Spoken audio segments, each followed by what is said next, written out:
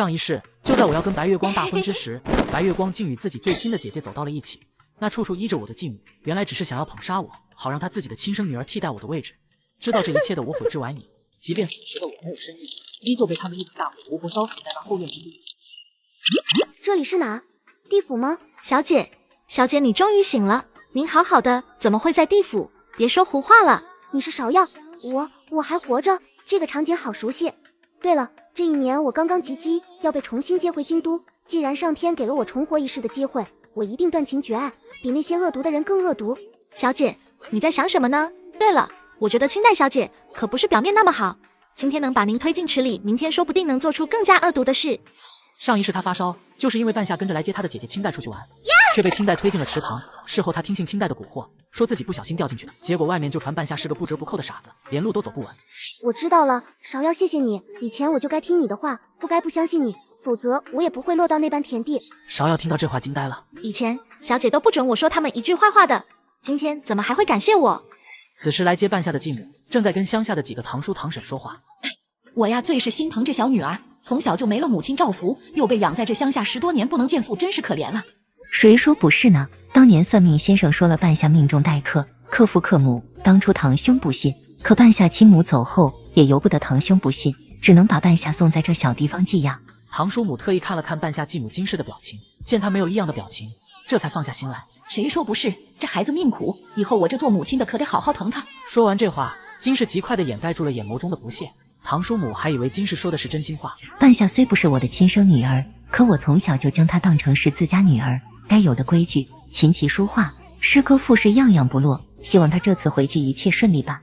此时半夏走进来，掩饰住了眼底的仇恨。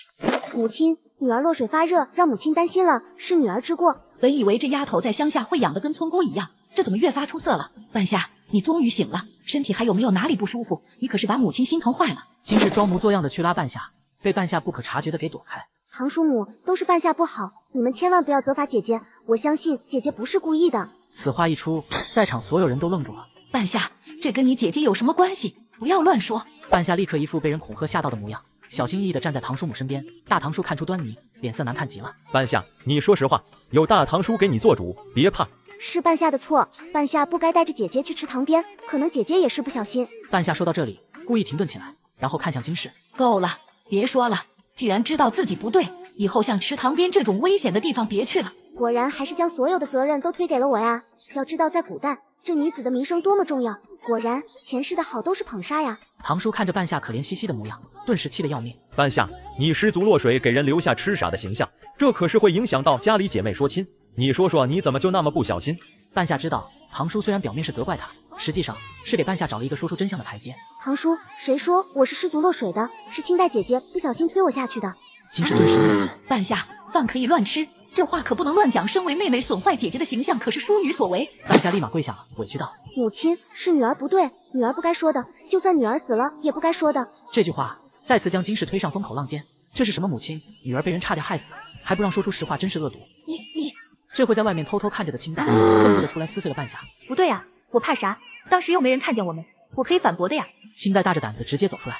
妹妹，我何时与你去过池塘边？你可别冤枉我。是啊，半夏，清代怎么说也是你的姐姐，你怎么能如此诬陷于她？知不知道如此会损害你姐姐的名声？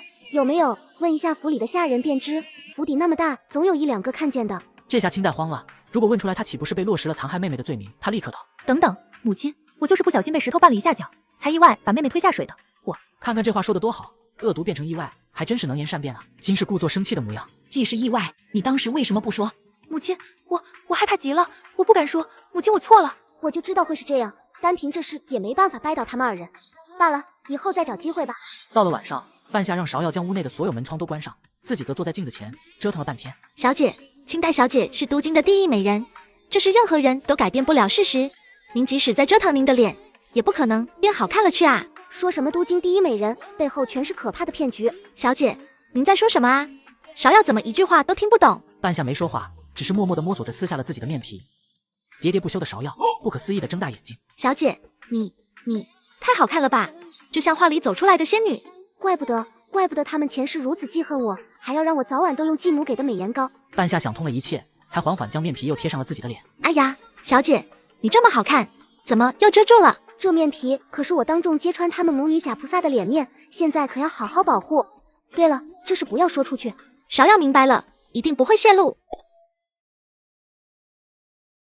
这个女人好不容易才跟白月光修成正果，却没料到亲姐姐竟然将她带到柴房，她的脸皮扯了下来。她这才知道自己是全世界最漂亮的女人。可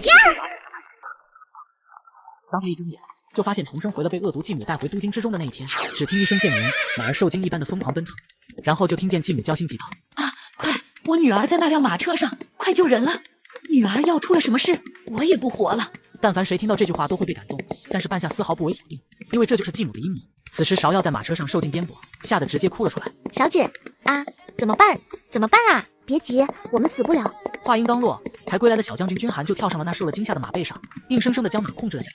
半夏这才面色平静的走出了马车，将马屁股上的箭头拔了出来，偷偷的塞进了袖子中。你这是什么意思啊？君寒眉头紧皱，半夏这才礼貌性的行礼。多谢公子救命之恩。遇到这种危险的事情，男人都会恐慌，更别说女人。我最讨厌你这种故作镇定、如此做作的女人。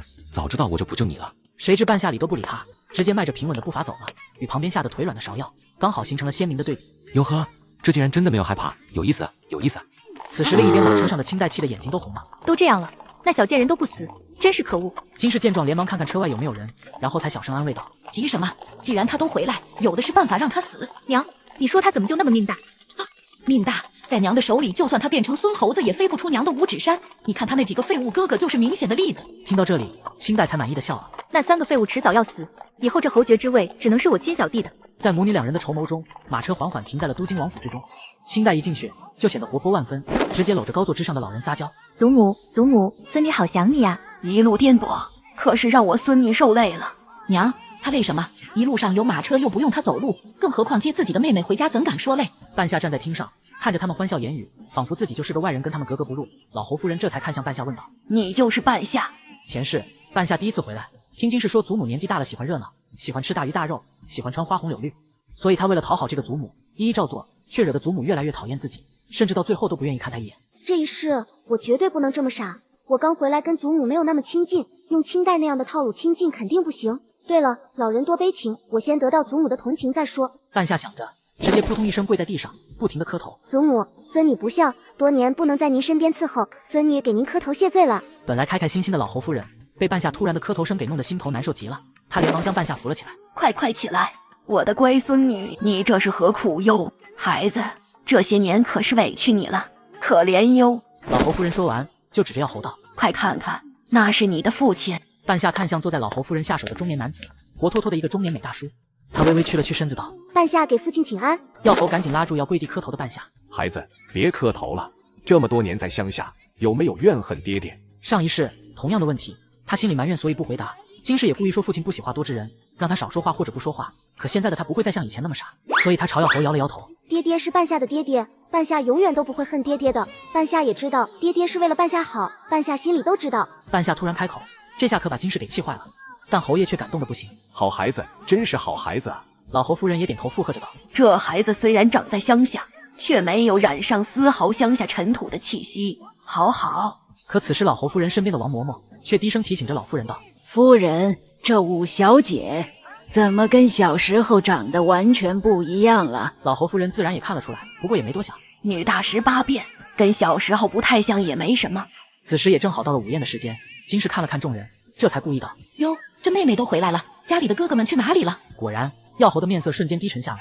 清代立刻替半夏抱怨道：“3个哥哥还真是的，妹妹今天回来，他们居然还有心思出去玩，难道都不拿半夏当妹妹吗？”清代，别胡说！金氏赶紧假意呵斥了一句。前世半夏还因为这事在饭桌上哭了好久，所以最后弄得谁也没有吃下饭，不欢而散。如今重活一世，半夏只淡淡笑道：“哥哥正值少年气盛，多在外面走走也是好事，爹爹不必为了一些小事生气。”见半夏说话做事如此得体，清代气的脸都青了。此时老侯夫人却对着半夏满意的点了点头道：“半夏，清代，身为要家女，祖母要考考你们。祖母请出题。你们可知自己的名字由来？清代，你是姐姐，你先说。”这话把清代问懵了，他只知道自己从小就叫这名字，哪里还知道名字有出处。见清代回答不出来，老侯夫人跟侯爷同时摇摇头，然后看向半夏：“神农本草记载，半夏是夏至日前后生长而成，刚好与我生辰相符，是为具有燥湿化痰、降逆止呕作用的药物。”一句话说完，药侯跟老侯夫人连连点头。向来都是别人捧着的清代，见自己第一次被人压下去，心里十分的不爽，恶狠狠的道：“不就是会医吗？有什么大不了的？药侯瞬间就不悦了，大声呵斥道：“灰衣的作用大了去了，别忘了，你今天所想的荣华富贵，都是因为这高超的医术换来的。”见药侯生气，半夏终于找到了合适的契机，将礼物盒子拿出来。爹爹，别生气了，我这次来还给弟弟带了一份礼物，爹爹您代为转交吧。好孩子，礼物爹会转交的，还是你懂事。金氏见半夏如此得体，恨不得立刻将半夏丢出去，但如今也只能忍着，那叫一个憋屈啊。另一边的老夫人回去后，嘴巴都笑得合不起来了。老夫人，奴婢可是看出来了，这五小姐可是个厉害的，谁也别想欺负了去。看来以后您不需要为半夏小姐操心太多，这回放心了吧？这怎么放心？那3个不成器的东西，哪个让我省心啊？而且金氏娘家门高，以后怕是苦了半夏那丫头。老夫人，为了死去的小姐，您可不能心软。说到这个，老夫人的眼泪忍不住的流了下来。对，我不能倒下，跟金氏斗了那么久，我就不相信斗不过她。这个女人本对着自己的亲妹妹恨之入骨，却没想到在妹妹入府的那一天，她却高高兴兴地将自己最爱的房间让了出来。姐姐，听母亲说你要把小玉楼给我让出来，自己却要搬去一个小院子。清代立刻亲热地过来挽住半夏的胳膊。你是妹妹吗？无论给你什么，姐姐都心甘情愿。看着她天真热情的模样，如果半夏不是重活了一世，还真以为她是个好姐姐。前世我也认为这个姐姐是为了我好，却没想到第2天外面就传出我尖酸刻薄还霸道的消息，说我不知天高地厚，一来就霸占了姐姐的小玉楼。想到这儿，半夏捏紧了自己的拳头，十分隐忍。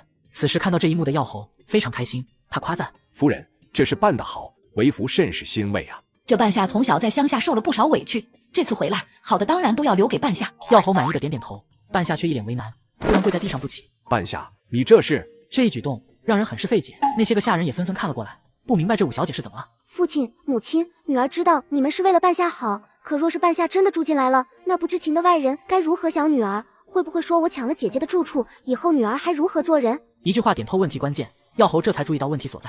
但半夏还继续说道：女儿还听府里的人说，这小玉楼可是宫里的金贵妃娘娘特意给姐姐建造的，如果被女儿住了，金贵妃娘娘嘴上不说，心里难免有气。一旁的药侯瞬间明白，立刻将半夏扶了起来。我的宝贝女儿，赶紧起来，是父亲思虑不够周全了，差点害了你啊。父亲，您天天在官场行走，这府中小事又怎会操心？半夏这话把父亲药侯摘得干干净净，可却将无形的苗头指向了金氏，因为这父亲不管府中事，你金氏要管了。父亲不知道你金氏难道也不懂？行了，清代，你赶紧搬回去吧。听到这话，金氏气得银牙都快要咬碎了，清代也脸色铁青，明显不好看。老爷，都是妾身的错，只是想着好好补偿半夏，一时间忘了考虑那么多。药侯只是轻哼一声，心里明白却不好当众破脸。他看向半夏，半夏放心，我肯定给你找个好住处。金氏刚要开口说话，半夏就赶紧开口道：父亲不必太麻烦了，女儿住在母亲给姐姐寻的院子里就好了。如此也好。药侯没想那么多，可金氏却气得想吐血，因为他给清代的院子离老爷的书房最近，而且那院子的环境也是最差的。本想着可怜清代高捧半夏，让两人形成明显的对比，让外人同情清代，这下可好，全反了，半夏才成了弱势的那个。看来我还真是小看这乡下的丫头了。此时另一边的老侯夫人听闻丫鬟说了此事的过程后，高兴的手舞足蹈。这丫头是个有主意的，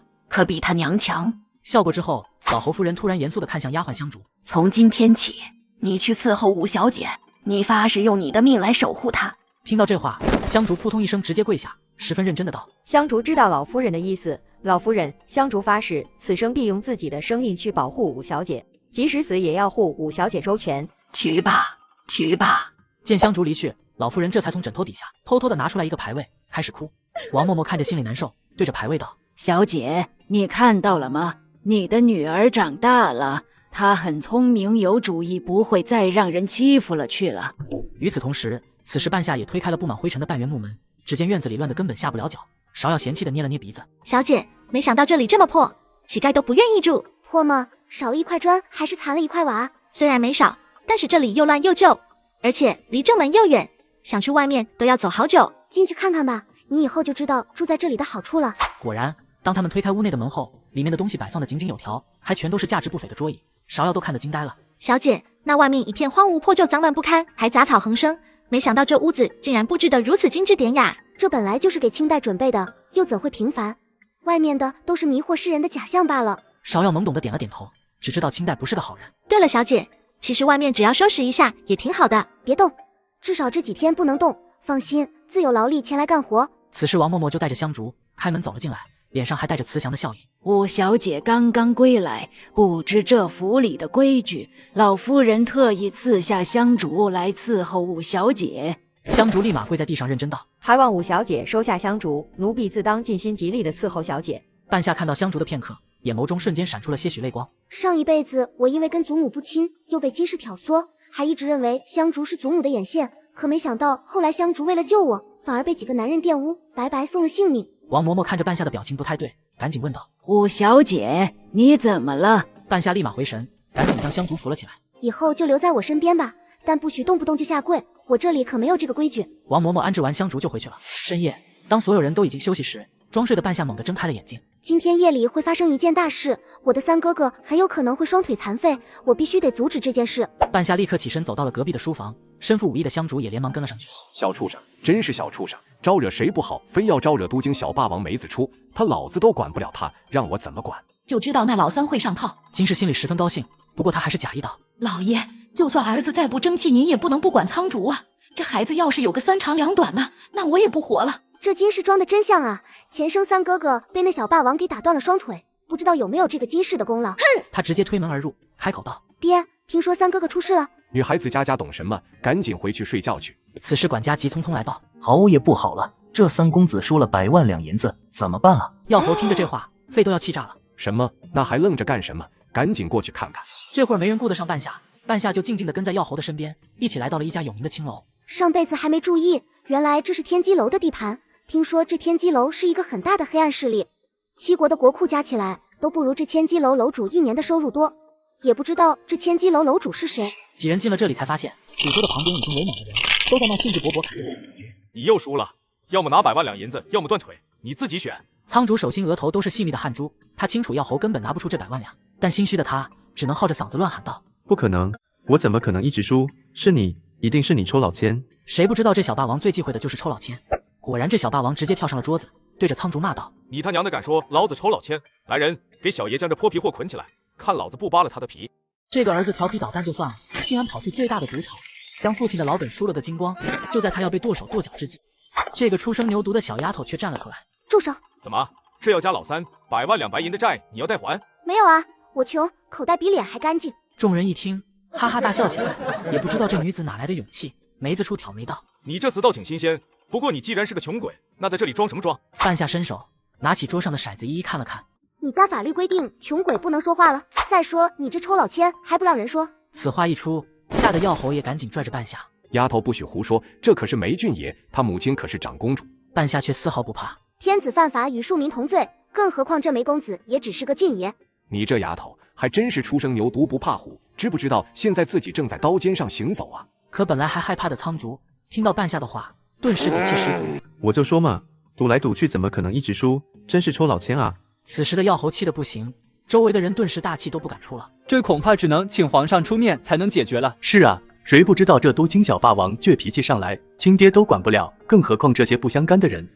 你这不知死活的女人，竟然敢冤枉小爷，看小爷不弄死你！怎么，小郡爷心虚恼羞成怒了？苍竹本就看不惯比自己横的梅子初，见有人帮着对他，心里别提多爽了。于是他十分激动：“丫头说得好，你要是揭穿这姓梅的抽老千，小爷我纳你为妾。”此话一出，半夏和药侯的头上仿佛有万只乌鸦嘎嘎而过。混账东西，那什么妾，这是你亲妹妹。原来是妹妹回来了啊，怎么长得没有哥哥好看？不过这脾气哥哥喜欢，像你三哥哥我。半夏没好气的给了苍竹一个白眼，果然还跟前世一样，是个250。被忽略许久的梅子初忍不了，这还是第一次有人敢这么对他。他正要发难，半夏就赶紧说：“你如果是君子，就让我检查这些骰子，如果检查不出任何问题，任由你处置。”嚯，合着如果我不同意，那我就成了小人，行吗？小爷我今天就让你查，但如果你查不到半点东西，小爷我不光要你哥哥的双腿，还要你的双眼。一言为定。见半夏答应的如此爽快，梅子初还愣了愣，居然这么快就答应了，这死女人难道就不提些什么要求？可半夏没空再搭理他，直接看向桌面上的骰子跟牌九，伸手一一摸去。此时2楼的一间阁楼里，2个华衣男子将这一切尽收眼底。主子，要不要属下去帮一下五小姐？这梅郡也可不好对付。只见另一位男子面如冠玉，天上的神仙也不过如此吧。他淡淡的道：“不用，能对付金氏，再对付这梅子初，自然不在话下。”此时楼下的人看着半夏的动作也是议论纷纷。这还真是个乡下土包子，一来就得罪了这梅俊爷，想必这传言他痴傻蠢笨都是真的。还真是跟他的姐姐都京第一美人没得比啊！只见半夏将所有的骰子都查了一遍，也毫无做过手脚的痕迹。梅子处得意极了，嘿嘿，死女人，都看完了吧？可有本小爷抽老千的证据？并未找到。让你逞能！来人，把这死女人的眼珠子挖出来，给小爷喂鱼。等等！就在众人为半夏捏了一把冷汗之时，半夏直接指着梅子处身边的小厮长柏。我要搜他的身。听到这个，长伯的脸色瞬间大变，身子下意识后退。可梅子处丝毫没察觉一样，当即点了点头。真是丑女多作怪，我也不是个不讲道理的人，今天就让你死得明明白白。长柏，过去让他搜，让他死个明白。可长柏手都开始颤抖，他不敢让人搜身，立刻看向半夏讥讽道：你一个女子要搜男子身体，也不怕以后嫁不出去？我又没说亲自动手，这里这么多人，总有愿意代劳的。小将军君寒，既然看了这么久的戏了，您不来帮帮忙吗？小俊爷听到这俩字，就开始四处张望着寻人。君寒，你回来了。小将军，我就想看个热闹的，不能安生。你这乡下来的丫头，真能给人找事啊！劳烦公子。君寒这才走向长柏，长柏却用2个人才能听到的声音道：俊爷的脸面全靠小将军你了。话音刚落，君寒就在他的袖口处摸出了2个色子跟牌九。君寒脸色一冷，君爷的脸面向来都是自己挣的，还轮不到本小将军给。随后君寒就抖了抖长柏的袖口，瞬间有许多的牌九跟骰子都掉落了出来。我就说他抽老千，一个人运气再好，怎么可能连赢几天几夜不输一局？小俊爷自己都大吃一惊，怒道：这是怎么回事？长伯吓得立马跪下。俊爷，小的也不知道怎么回事，一定是有人故意诬陷小的。你的意思是，小将军我诬陷你了？那你解释一下，刚才你说小俊爷的脸面让本小将军给是何意？长柏人赃并获，无论如何都无力回天，他只能站起来，靠近梅子处的耳朵低声说了2句话。梅子处一听脸色微变，真是又气又怒。俊爷，都是小的错，小的为了讨得俊爷欢心，才想出的这个主意，还请俊爷责罚。梅子处今天这人是丢定了，脸上的表情极其不自然。还愣着干什么？赶紧把人给放了！苍竹恢复自由，立刻跳出来吼道：姓梅的，不管怎么样你都抽老千了，这事可不能这么了。臭小子，你给老子闭嘴！药猴连忙强行将苍竹带走。救了你2次，回去好好想想如何报答。半夏赶紧加快脚步走了出去。前世这小将军可是讨厌我得很，这辈子一定要远离，不能招惹呀。此时金氏等人得知苍竹安然无恙的回来后，脸色都变了，他气得直接将杯子扔了。筹谋了这么久的计划竟然落空了，到底是哪里出了问题？清代也异常紧张。娘，怎么办？若是梅俊爷查到我……放心，紫晴郡主为了自己的名声也不会说出你的。可是没有可是，我让你跟紫晴郡主交好，就是看中她单纯，容易意气用事，后面的事自由我来处理。你赶紧回去休息，别让你爹爹看见。清代没敢再多说话，提着裙摆匆匆回到了小玉楼。哥哥被父亲罚跪，自己的亲妹妹却漠不关心的扭头就走，反倒是假心假意的继妹在一旁哭哭啼啼的伤心。三哥哥，膝盖疼不疼？我会尽力跟爹爹求情的。到底是从小一起长大的妹妹啊，可比那一母同胞的妹妹还要亲。听到这话，半夏心下微冷，看来我这3个哥哥必须得好好管教，不然前世之悲惨还会再上演一遍。半夏想着，就来到了前厅请安。祖母、孙女给祖母请安。快点起来，来祖母身边坐。祖母听说昨天可是你救了你3哥哥。3哥哥乃是半夏的亲哥哥，即使豁出性命，半夏也该护着哥哥周全。真是个好孩子啊！不过你哥也真是的，现在才20不到，就敢输100万两银子，以后若是通个天窟窿，可是会将我们整个药府给连累的。就该重打80大板，让他长个记性。老侯夫人刚要开口答应，谁知清代扑通一下的直接跪下。爹爹，3哥哥身子弱，可经不起打。爹爹，3哥哥知道错了，您就饶了3哥哥吧。金氏也抹着眼泪，一副心疼儿子的模样。老爷，儿子如今这模样都是妾身的错，要罚您就罚妾身吧。老侯夫人的脸色瞬间黑沉起来。这么多年几个孩子犯错，都是他假意护着，才让他们3个变成这样的，真是假慈假悲。看来老爷还在迟疑，我必须加把狠药，把这3个人养废。反正只要提起他们那过世的娘，老爷都会妥协的。金氏想着，就哭哭啼啼。老爷，这几个孩子自小没了亲娘，我若再不疼着，那日子该有多难过。老爷就罚他跪1月祠堂，这打就免了吧。果然，药侯沉默片刻，眼中带着不忍。老侯夫人看着都急坏了。如果这么大的事还不处罚，以后还了得？就在药侯即将开口之际，半夏连忙开口说道：爹爹，祖母，女儿有话不知当说不当说。老侯夫人眼眸一亮，连忙道：有话就说，在自己家里不必拘谨，我只知道小树在很小的时候就要修整，不修的树会长歪甚至长死，只有精修的树才长得笔直，最后成参天大树。说了半天都是树啊树的，现在可不是听你讲故事的时候。母亲此言差矣，这管人跟树其实一样。爹爹，你想，这树不管都能长歪，更何况这有心有思想的人。药侯一听，顿时明白了什么。如若我长久的放任，就会跟那大树一样，越长越歪。如再不管理，到时候殃及全家，那后悔都来不及了。是的，爹爹，这戳不在腻儿，而是叫。这话刚刚落下，屋外就响起啪啪啪的鼓掌声。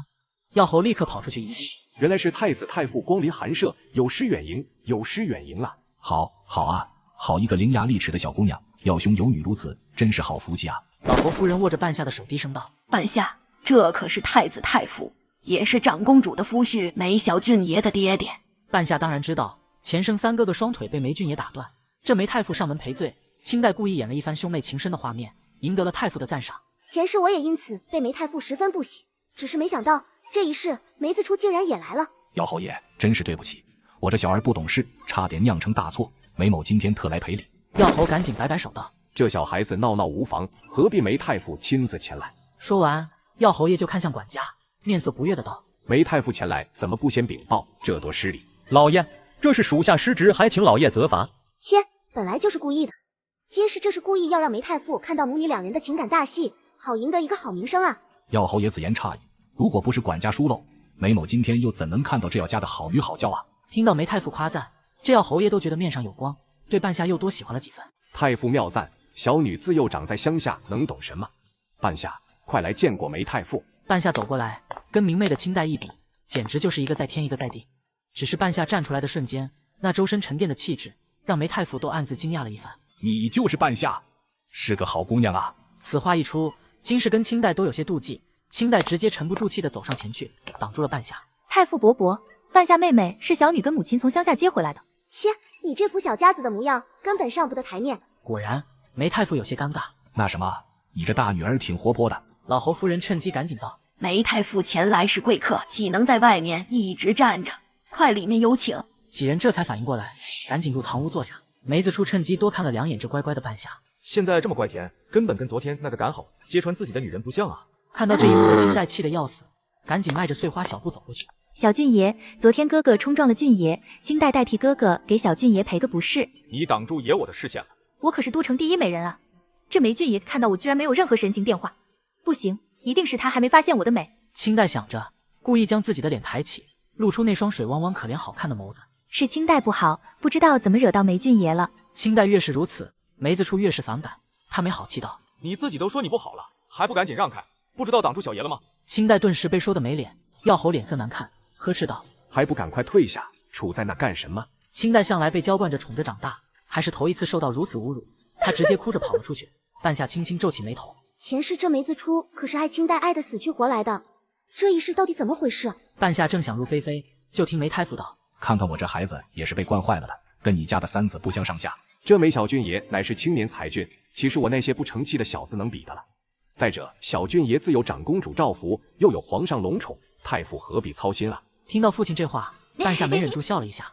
梅太傅瞬间被吸引。半夏，你可有跟你爹爹不同的见解？太傅伯伯，半夏觉得这人生来富贵虽是好事，但不如自强来的安稳。人这一生不可能永远都顺风顺水，谁又能保证圣宠永在及万代呢？药侯听着女儿的大实话，属实被吓着了，赶紧呵斥：“胡说什么？女孩子家懂什么？”侯爷不必如此，这丫头说的对，这人哪有一辈子享受圣宠的？若是哪天圣宠不在，孩子又不争气，这家产再多也会被败光的。两人这又说了几句，梅太傅才告辞离开。离开时，梅子初路过半夏的身边，压低声音道：“挺能装啊，丫头，咱俩的账小爷先给你记着。明明是你自己抽老千，还要怪我，你有病吧？”这个亲爹打完儿子还不解气，又叫下人继续打，可亲妹妹却在一旁冷眼旁观，还让亲爹再打重点。我必须趁此机会好好调拨下这兄妹的关系。老爷，你要打就打切身吧。半夏，快求求你爹爹，让爹爹放了你三哥哥吧。母亲，犯错该惩罚，父亲没错，三哥哥也该受到教训。果然，这话可把仓主给气坏了，他蹭的一下站起来，点半夏就吼道：“你到底是不是我亲妹妹？怎么一回来就想着害我？”半夏冷冷地看着这个不成器的哥哥，多说无益，我到底是害他还是爱他，以后他必定能够清楚。药侯气急，指着仓主吼道：“你这个不知好歹的东西，来人，给老子打，狠狠的打！”汤竹的哀嚎声便瞬间响彻整个院子。半夏没眼看，直接回了自己的屋子。没想到芍药却急匆匆走进来道：“小姐，他们太过分了，明明没有给月银，偏偏说给了。我去厨房领我们这个月的粮食蔬菜，可厨房那边却说已经给了。上一世明明没有发生这种事，今世给的一切也都是最好的。看来这一世因为我的改变，很多事情也在改变啊。小姐，你怎么还不说话啊？要不我们去找老爷告状吧？不可，既然他敢克扣月例银子，自然是做好了十全的准备。我们现在过去，一定会中了他的圈套。可没有银子，也没有吃的，我们该怎么过活啊？”芍药都快急哭了。此时另一边的清代一边给金氏捏肩，一边撒娇问：“娘，难道您不用娇宠这个办法了？你说用断粮断钱这法子，半夏这个可恶的丫头会上当吗？”听到这个，金氏就气得将杯子往地上一摔。那个不知好歹的狗东西，软硬不吃，既然如此，就让他尝尝苦头。秦妈妈都准备妥当了吗？一旁的秦妈妈赶紧应道：“夫人放心，只要半夏小姐去跟老夫人或者老爷告状，那偷盗府里钱财物品送人的罪名是逃不掉的。”金氏这才满意的点了点头。这女子只要沾染上偷盗这个罪名，这辈子都别想抬起头，哈哈哈。此时芍药一脸不舍站在当铺前，手里捧着那包裹就是不肯松手。小姐，这是夫人留给您的唯一遗物，不可以啊！拿来，不然就离开我。芍药一听要离开小姐，只能眼泪汪汪的将包裹递给半夏。半夏这才跨进了当铺大门。这位小姐是典当东西还是赎回旧物？典当。半夏将东西拿了出来，只见只是一本什么字都没写的书。你这丫头，这是典当什么东西？白纸书。书不值钱，可书上有值钱的。掌柜的这才仔细盯着来回检查，原来这无字书中夹着一块薄如纸张的白玉。他刚要将白玉拿出来，就听半夏道：“先生，白玉不可出书，这书活当3月，到期半夏亲自来取，银两掌柜随意。”既如此，这白玉看起来质地不错，那给你100两白银，为期3月，利息10两，可接受？掌柜开口，芍药顿时炸了：“什么？3个月利息就要10两？你怎么不去抢？”掌柜黑脸何叔：“既然不愿，两位请回。10两便10两，掌柜开票。”掌柜的这才满意的拿出典当凭条跟100两银子一起交给半夏。结果半夏他们刚刚离开，一个青年男子就走了进来。哟，给予精卫，什么风把您给吹过来了？拿来。给予精卫，这可是活当。那姑娘说3月来赎回。少废话，主子要，给我拿来。此时的半夏丝毫不知道此事，他带着芍药直接来到了天河布庄。哟，快看看那是谁，穿的可真穷酸。说话的人乃是丁双，从小被宠得骄横无理，前世半夏的大哥娶了她，最终大哥却落了个被杀头的罪名。丁小姐，她好像是那药侯府乡下回来的小姐。天河布庄内所有人都用轻视的目光看向半夏，结果半夏根本就不搭理他们。丁双气急了，哼，清代的妹妹还真是又丑又普通，穿的还那么俗气，真给药侯爷丢人。芍药顿时就气不过，亏你还是大家闺秀，出口如此粗俗，更是丢了你爹娘的脸。这下丁双怒了，指着芍药怒斥：“你这个小婢女说什么？你竟然辱骂我！谁接话就说谁，有教养的人不会当众去奚落别人。”丁双哪里受过这等气，立刻指着芍药道：“给我掌嘴，打死这个贱奴！动我的人死！”一句话吓得那准备打人的丫鬟顿时不敢动了。你吓唬谁呢？你敢当众打人，我才不信！哼！半夏也不再说话，直接抽出自己发顶上的银簪，眼神冷冽的道：“这东西插进喉咙必死无疑，你们想试试吗？”几个丫鬟吓得赶紧退后一步，丁双也害怕，突然看到一个人影，立刻冲过去喊道：“小将军，打人了，打人了！”本来只是路过的君寒，瞬间就被丁双给拽进了天河布庄。小将军，他要打人！君寒这才看到半夏，只是半夏的银簪已经好好插在头上，一副无辜的模样，站在那里任人打量。君寒有点懵，你说要侯家五小姐要打人，丁小姐无凭无据冤枉人可是不对。丁双被气得半死，指着半夏头上的银簪，他头上的银簪就是证据，怎么就无凭据了？半夏笑了，如此说，丁小姐这满头宝钗玉珠可都是凶器了。不知道这丁小姐戴了满头，是想杀光我们所有人吗？此话一出，在场不少人都笑了起来。丁双顿时气吼道：“你们不准笑！我爹爹可是御史大人，你们敢笑话我，信不信我让我爹爹将你们都关进大牢？”半夏颇有些无语，这御史大人可真是繁忙，连这对着丁小姐笑的都要关押。一句话顿时让丁双没脸，他真是又羞又气。小将军君寒不耐烦道：“你今年也19了吧？你这大小姐脾气也不该改，你这样将来谁敢娶你？”丁双顿时眼睛红得委屈极了。小将军，你怎么可以这样说我？就算你爹爹是郑国大将军，你爷爷是大元帅，你也不能这样欺负我。丁双说完，又指着半夏道：“都是因为你这个丑女人，自己也不看看自己什么德行，乡下鬼穷酸的模样。这天河布庄是你这种人能进来的吗？”众人这才看向半夏，顿时都议论纷纷。这同样是侯府小姐，怎么差别那么大？清代小姐那就是一朵花，这五小姐就像是地里的泥巴。清代小姐外祖父可是金门公侯，小姨母又是皇宫里被宠爱的贵妃，这五小姐的娘不过妖侯家的童养媳罢了，怎么跟清代小姐比？那比言辞如同刀子一般冲着半夏身上扎。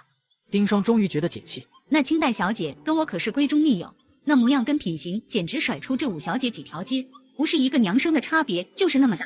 此刻2楼，清代的贴身丫鬟白芷正跟清代汇报楼下发生的一切。小姐，我们要不要下去看看？清代嘴角勾起冷笑。他这种烂泥货色，被人羞辱一下，还是给他脸了。下去干嘛？节节宴会，我要艳压群芳，快过来帮我挑选式样。他是史上最尊贵的太子，却故意在树下等要回家的一个乡下丫头，岂料他竟然绕路而行，避而不见。哎呦，小姐你走错方向了，回府走这边。你不懂就绕路回家。此时骤风看着坐在大榕树下闭目养神的太子义，有些心疼。主子，半夏小姐绕道而行。越北翼，大越国太子，受万千及宠爱一身，敌人闻风丧胆，不敢触及，是大家闺秀心中的男神幻想。性子却在16岁那年突然转变，阴冷嗜血，不近女色。据说皇上皇后想见他一面都难。主子，我们早些回去吧。等等，骤风心里有气，气这个半夏不识好歹。我们家主子日复一日，年复一年的在这里等他归来，可他却如此避而不见，啥人啊？而此时的半夏在回去的路上，居然遇到了一个女子带着一个男孩跪地乞讨，众人还对着他指指点点。看他穿得这么好，怎么好意思要饭啊？可不是，这女人跟孩子上上下下都干干净净的，哪里像要饭的？半夏眉头微皱，于是开口道：“这位大嫂，你是不是有什么难事？”我来京都找丈夫，没想到他居然去世了。半夏愣了愣，去世？既然你丈夫去世，为何不回去？我不信，没有见到他的尸体，打死我也不相信。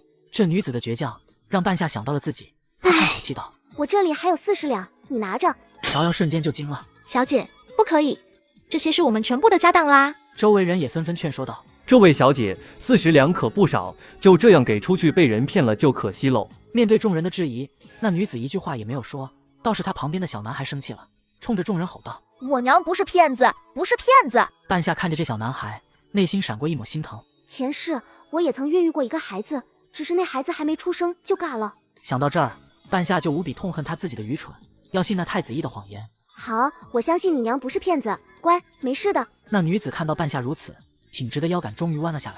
小姐，我们不要银子，只求小姐收留我们母子。半夏微微一愣，还没开口，那女子就从怀里拿出来一张卖身契。半夏有些不解，拿了银子，你就可以带着孩子离开了？不，小姐，我一定要留下来找到丈夫，找到孩子的父亲，他上京赶考，就算死也要有个尸体吧。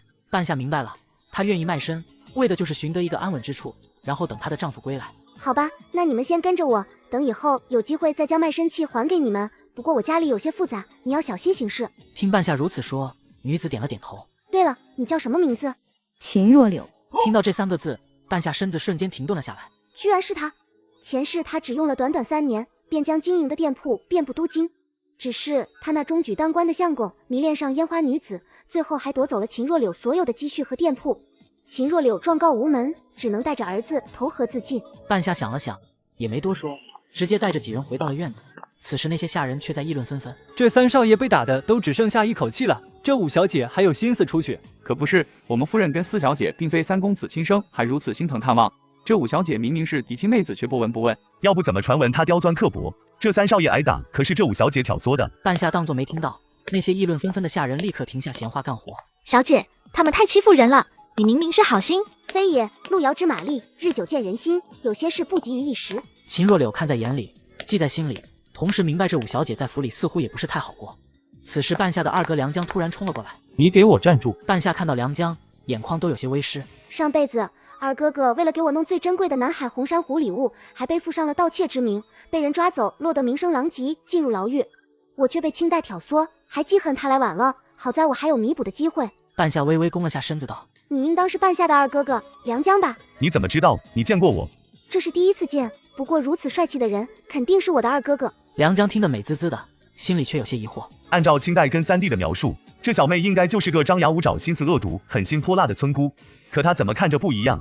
可一想到这里，他又抛开想法，恶狠狠的道：“你小小年纪，怎么就心思那么歹毒？”二哥哥，可是因为3哥哥来质问半夏，那你觉得3哥哥做的对吗？自然是不对的。那既然错了，难道不该惩罚？惩罚可以，可这次太重了。梁江说完就有些心虚，半夏继续道：以前都责罚的不痛不痒，三哥哥改了吗？此话一出，梁江彻底无从反驳，但半夏还是给了他哥台阶。我刚好要去看看三哥哥，二哥哥要不要一起？我就是来叫你过去，给你三哥赔不是的，走吧。于是两人就来到了苍竹的院子，平安院。哎呦哎呦，好疼呀！三弟，你二哥我又来看你了，还带了小妹过来。你把她带来干嘛？还嫌我不够倒霉是不是？三哥哥，这是不欢迎我的意思吗？你说的废话，我看到你就来气。你这个小毒女，如果不是看在你是我亲妹妹的份上，我非宰了你不可。半夏失望的摇头。经过这一事，你难道还不知自己错了？我有没有错，还轮不到你来管。半夏也不管他生气，上前开口道：我来看看你的伤口。三哥哥，你可以试试这药，会好得很快。苍竹撇嘴，表面不领情，嫌弃道：谁要你的破东西？哼！黄鼠狼给鸡拜年没安好心。他刚说完，又冲着梁江吼道：你还站在那干啥？还不赶紧给你弟弟我用上？是嫌你弟弟我的屁股不够疼是吧？那你趴好别动。对了，妹妹，我知道，我出去逛逛。三哥哥这院子有鱼有水，甚是安逸啊。半夏扑哧笑了一声，就走出了屋子。而屋内原本还哼哼唧唧的苍竹，贴了膏药之后，居然一点也不疼了。嗨，还真的是不疼了，厉害了，小妹这药还真灵。哪有那么夸张？刚贴上就不疼了。在屋外的半夏听到苍竹开心的声音，笑了笑。这无字医书上的方子，自然都是顶级好的。半夏正想走进去看看哥哥，却见有2个丫鬟鬼鬼祟祟的在门口佯装打扫。对了，这府里上上下下都是这金氏的眼线。不对，为什么金氏到现在都没给我的忘忧小院安插人手？他在憋什么大招？身受重伤的男人瘫在床上无法动弹，可他只是用了一张膏药，竟然立马就下地了。哎呦，你这膏药还有点好用啊！罢了，看在你这药极为灵验的份上，哥哥就不跟你计较了。这看似施舍的口气，让半夏嘴角轻轻抽了一下。这是7张药，每天换上1张，7天后保证便可完全复原。听到半夏这话，苍竹和梁江都觉得不可思议。你说什么？这药贴7日就能让我恢复如初？那宫里的太医可是说要3月才能恢复啊！之前你连床都下不来，现在却能站着跟我说话，这已经很明显了，不是吗？苍竹点了点头，是这么回事。妹妹这药只需7天，真是神了。梁江更是眼眸一亮，若真的如此神奇，那我们就发财了。半夏当然知道这是个宝贝，因为无字医书上的药方，无论哪一味药方都是人间神品。对了，半夏，你怎么会这么多？你会医术吗？哥哥，你想什么呢？这些贴药是在乡下时无意中救了一个道士，那道士给的。现在这里到处都是金氏的眼线，我可不能让他们知道无字医书上的事。苍竹也没想到那么多，只是他看着半夏有些疑惑。你说你怎么长得还没有哥哥们好看？半夏差点吐血。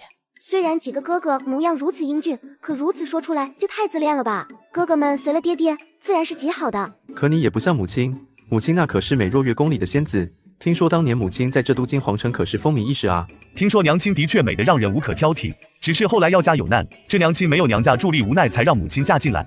半夏摸了摸自己的脸，她不是不像，而是被人故意掩盖，不就是怕她因着容貌而出人头地。对了，二哥哥，你说药家以前遭遇劫难，是什么劫难？前世。半夏性子单纯，觉得一家人对自己好就挺知足的，所以根本就不关心打听药家的情况。听说得罪了漠北王，这漠北王又垂涎母亲美貌，向皇上施压，皇上不得已要处理药侯府。后来呢？后来知道这金宫府邸有一件漠北王需要的东西，最后求到金宫的面前，这金宫提出条件，就是让他的女儿金桂娥嫁给爹爹。半夏听到这里，突然想起一件事。前世听说爹爹年少时曾救金家小姐一命，那金氏才对父亲有好感到痴迷，想必当年的事绝非如此简单。梁江看着半夏深思，还以为他不开心了，立刻说道：那都是过去的事了，还提他做什么？妹妹你心里别难过，娘亲虽然受了些委屈，但好歹母亲进门救了整个药家，而且还对我们极好。半夏这才回神，听到二哥哥的话，嘴角狠狠地抽搐。我这几个哥哥都长得是什么脑子啊？一点心眼都没有，都看不出金氏的捧杀。半夏想要说什么，但他看了看附近的丫鬟，才转了口风。哥哥说的没错。对了，哥哥们好生歇着，我先回去了。半夏说完就匆匆离开。苍竹挠了挠头，我有哪里说错吗？也许提到娘亲妹妹心里不舒服吧。哎，都说娘亲是妹妹克死的，我不信，打死也不信。以后对妹妹好点，本来就因为克母的污名被养在乡下，我们都没有做到兄长的责任，以后要好生保护妹妹。嘿嘿，以后妹妹嫁不出去，我来养着就是。就你赌博没有把你自己输进去，就算好的了。妹妹还是由我来养吧。此时回到忘忧小院的半夏，就将秦若柳叫到了房间里，表情很是严肃。小姐，你有事？既然你现在是我的人，我希望孩子留下，你离开。什么？秦若柳不可置信地看向半夏。你也看到了，我现在的处境非常艰难，所以缺权缺钱。权是需要精心去谋划，可既然想要权，就缺不得钱。秦若柳整个人都愣住了。小姐，奴婢走投无路，投奔小姐，身无一技之长，我恐怕难当大任。放心，既然我让你出去，定然会给你一切资源。不过后面的事需要你自己处理。半夏说完，便从柜子里拿出一些药贴，足足有上千张之多。接着他又拿出一些瓶瓶罐罐，都是他从乡下带回来的。小姐，这些是治疗外伤的贴药，分为10种不同的类型，分为烧伤、棍伤、淤伤等等，上面都有治疗标注。这些瓶瓶罐罐是我亲自研制的上号胭脂水粉，还有护肤除疤的面部营养霜。秦若柳吃惊，不可思议地看着半夏，没想到小姐竟然还懂这么多。嘿嘿，你可别小看这些胭脂水粉营养霜，我家小姐制作出来的都带着特殊药效，效果可是好过市面上的那些千万倍。半夏娇嗔芍药一眼，就他话多。哎呀，小姐，我们心疼嘛，这些东西我们就用过一次，效果极好，可是之后您就收起来不让用了。半夏拿出一瓶适合他的地给他道。好了，你们每人都拿去1瓶先用着。香烛跟芍药瞬间开心极了，半夏这才看向秦若柳道：尤其是你，必须早晚都用，不能间断。我也有吗？那当然了，开店没有活招牌怎么行？你就是这个活招牌。秦若柳这才明白，立刻点了点头。半夏这才将剩下的40两银子拿了出来。银子不多，开一间店铺是不够，但是上下打点硬是够了，如何卖出去你自己想办法。药贴得卖100两，功效营养霜500两，其他的胭脂水粉比市面上高出10倍变成。这些话一说完，所有人都惊呆了，这么贵谁买得起？秦若柳有些怕了。小姐，这价格没有试过又怎知不行？如果你做不到，那么卖身契还你，你带孩子离开。不，小姐奴婢一定想尽办法去做，小姐放心。半夏垂下眸子，显得有些疲惫，并非他真的狠心，而是有些人的潜力必须得逼一逼。好了，你们下去吧，我有些乏了。好的，小姐。等他们都走了，半夏这才徐徐进入了梦乡，只是刚睡着，他就梦到了前世的一切。一哥哥，你们都是恶魔，是恶魔，我恨你们，恨你们，放开我，放开我！夏夏，深夜月光明媚，岳北一看着他心疼的不行。夏夏，夏夏，岳北一声一声的温柔呼唤。半夏听到这声音，猛然睁开双眸，瞪着这个深夜不速之客，居然是岳北翼。而此时的岳北翼想过千万种与半夏重逢的场景，唯独没有半夏眼眸中会燃烧如此浓烈的恨意。夏夏，别怕，是一哥哥。岳北翼想触碰半夏的额头，半夏却第一时间警惕地推开他的手。易公子，这是女子闺房，你深夜未经允许闯入，可是犯了国法。易公子，你居然叫我易公子！易公子，别告诉我你前来只是探望古人。你可知，凡是用这种口气跟我说话的人，都成了一具尸体。易公子如果想杀人，半夏自然挡不住。岳北一心开始抽痛起来，不明白终于等到的人怎么就对自己如此。夏夏，你……易公子无事还请回去。夏夏，你失约了，你知道我一直在等你。重生于及笄之年，当我青梅竹马的白月光找到我说要娶我之时，我就将他推了出去，因为前世正是他勾搭上了我的姐姐，将我和孩子活活烧死在了大火之中。夏夏，你失约了，你知道我一直在等你。听到这句话，半夏的心都在滴血。今生就算他重新归来，那也是从地狱里爬出来的厉鬼，向这些恶毒的人索命。易公子，所以你是来兴师问罪的？况且当年的什么事，半夏早都忘记了。岳北一每听到易公子3个字，都觉得无比的刺耳。那个天天黏着我叽叽喳喳叫易哥哥的小女孩哪里去了？而且那可是相伴一生的约定，你竟然能忘？易公子，童言无忌，夜凉如水，还请易公子离开，莫要坏了半夏的归誉。岳北一可以感觉到半夏那发自心底的无情，更感觉到半夏对自己痛恨的决绝。我不懂，明明我们这将近10年都没有见过，为何你会如此痛恨于我？易公子，请回。岳北一不知道自己是如何离开半夏的房间，又是如何离开的药侯府。他觉得自己现在仿佛被掏空了心脏，而此时紧紧跟着他的骤风，心里早已将半夏骂了个狗血淋头。我们家主子是人中龙凤，就算是当今皇上都不敢对主子说一句重话，这半夏还真是不知好歹。回去好生照看他，他若少一根头发，提头来见。岳北一突然说话，吓得骤风立马停住。主子，五小姐都那样对您了，您又何必对她执着？刹那间，骤风被岳北一掌打至墙角，骤风起身立刻跪下，多谢主子手下留情。幸亏主子只用了1层功力，不然栽的我绝对是一具尸体。再敢说他一个不字，死！属下明白。第二天清晨，半夏刚来给老夫人请安，就看到了一个雍容华贵的妇人，正跟自己的祖母站在一起。这就是你那从乡下回来的孙女。半夏赶紧走过去，十分有规矩的行礼。半夏给祖母请安，祖母夜里休息的可好？老侯夫人赶紧扶着半夏起来。好好，倒是听他们说你回来这几日不习惯，天天做噩梦。看着老侯夫人眼眸中的心疼，半夏知道祖母的担心真心实意，她赶紧笑了笑说道：没事，孙女认床，再过几日便好。半夏说完，就拿出一些安神香递给老侯夫人道：“祖母，这是孙女特意为您调制的安神香，夜里点上一根，保证您一夜安稳，睡到大天亮。前世这钱老夫人睡眠十分不好，今日可以特意借祖母之手将安神香送上，以后她必会记着我的好。”果然，钱老夫人一看到这香，便说道：“还有这么好的安神香，如果真的效果那么好，我可要厚着脸皮跟老姐姐你讨要几根。”老侯夫人瞬间开怀一笑，说道：“拿去拿去，你都拿去，反正没了我孙女会再给我调制。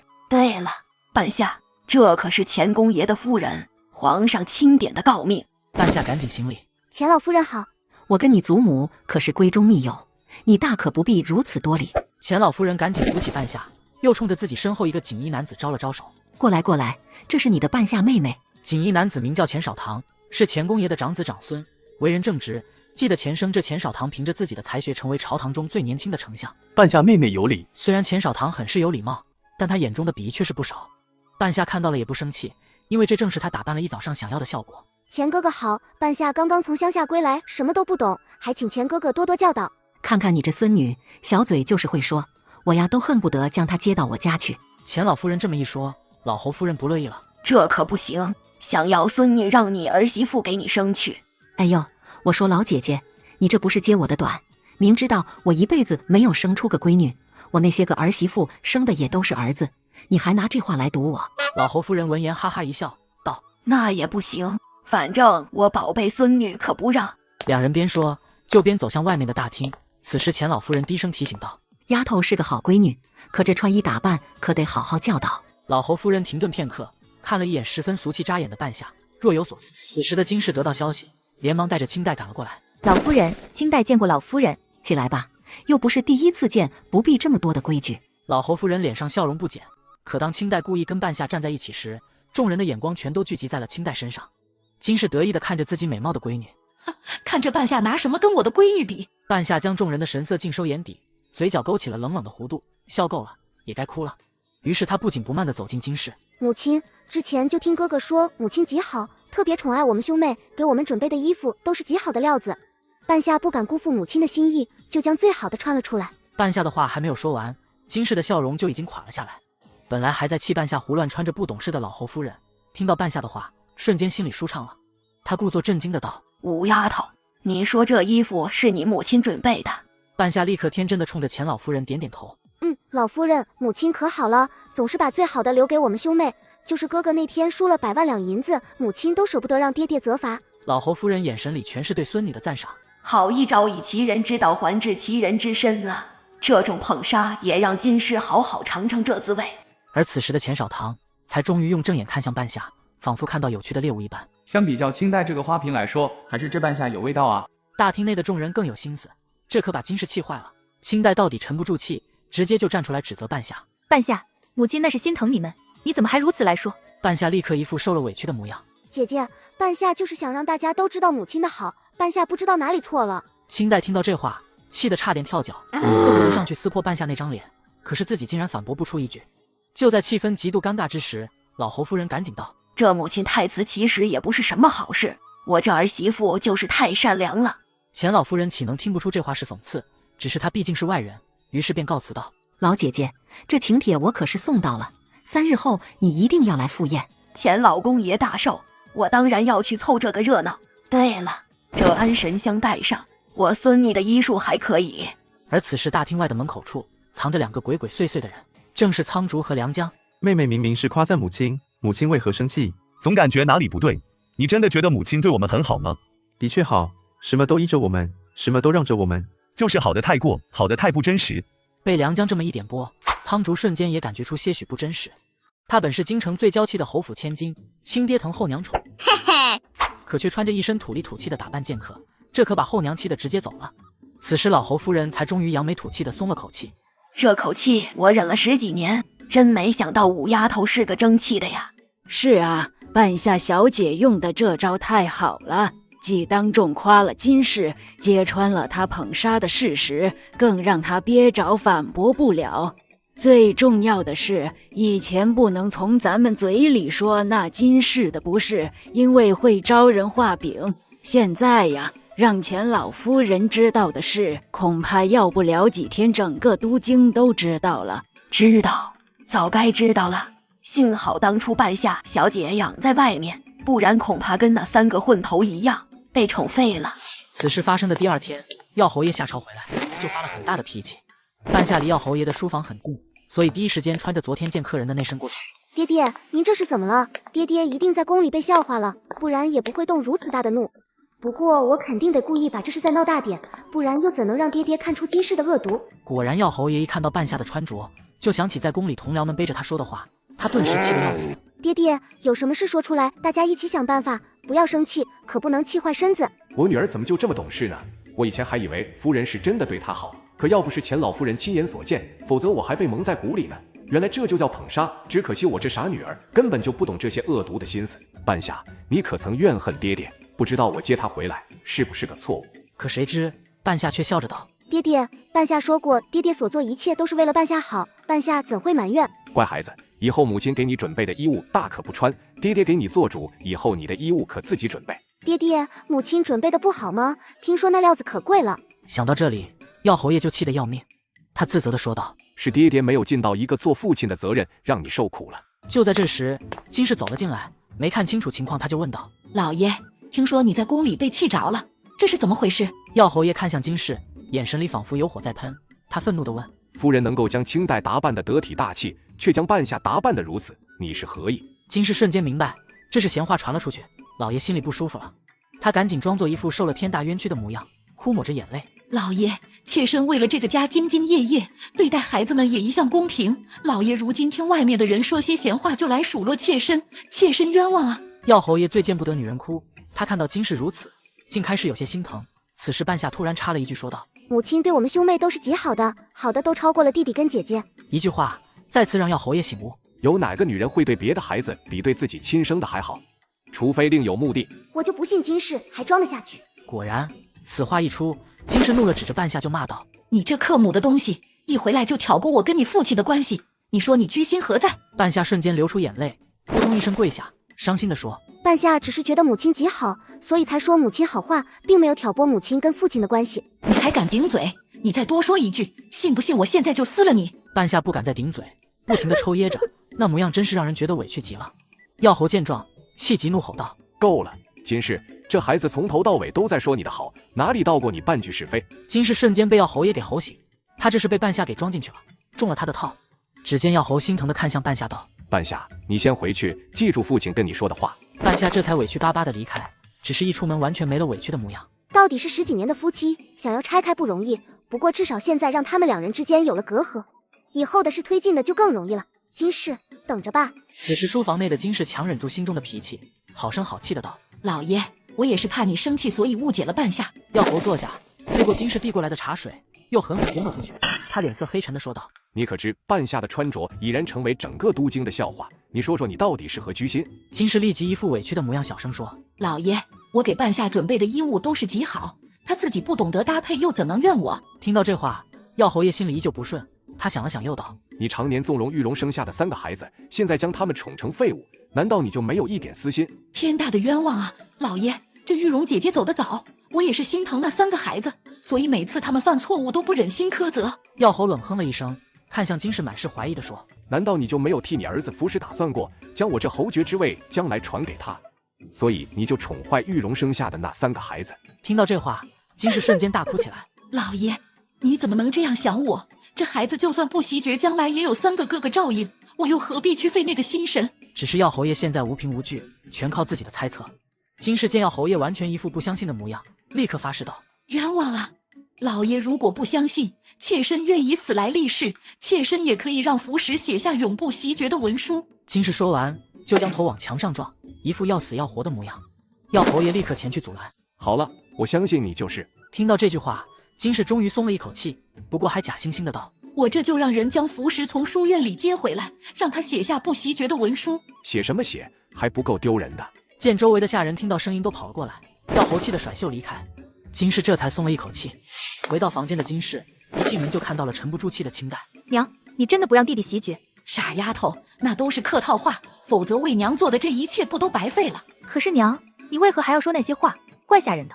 还不是因为半夏那个贱丫头，为了洗脱冤屈，也只有这一招了。清代还是十分不满意的道：娘，你这样做了，可有想过弟弟以后再袭侯爵，岂不是打脸？真是傻丫头，等玉荣生的那几个货色全嘎了，这侯爵你弟弟不袭爵，谁来袭爵？清代一听，顿时震惊的道：娘，你让他们都嘎。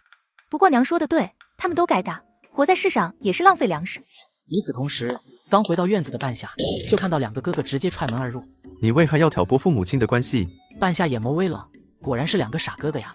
此时梁江也质问道：母亲刚才都要自嘎了，而且还说让四弟写下永不袭爵的文书。半夏这才明白这两兄弟又被刚才的那一场闹剧给洗脑了。半夏也不恼反问道：是我让父母亲相互误会了。三哥哥，我做什么了？我可说母亲一个不字了。一连三个问句把两兄弟问愣了，他们神同步的摇了摇头。半夏这才继续道：我当众夸赞母亲善良慈悲，难道还是我的错了？那我就不知道了。两位哥哥此来兴师问罪是何意？难道妹妹我就那么不值得你们信任？两兄弟顿时觉得有些理亏，但苍竹还是有些不明白，傻乎乎的问：可是母亲父亲就是因为你的那些话产生争执，搞得母亲要自嘎。哥哥觉得说好话都能让他们出现隔阂，那就是半夏的错了。听到这话，梁江一把将苍竹拉了过来。走走走，不要为这件事烦心了，我们兄弟喝酒去，不是说好给妹妹准备吉吉礼吗？听到吉吉礼，半夏眼眸一冷。前世二哥哥就因为这里背上了盗窃的罪名，我必须要拦住他们。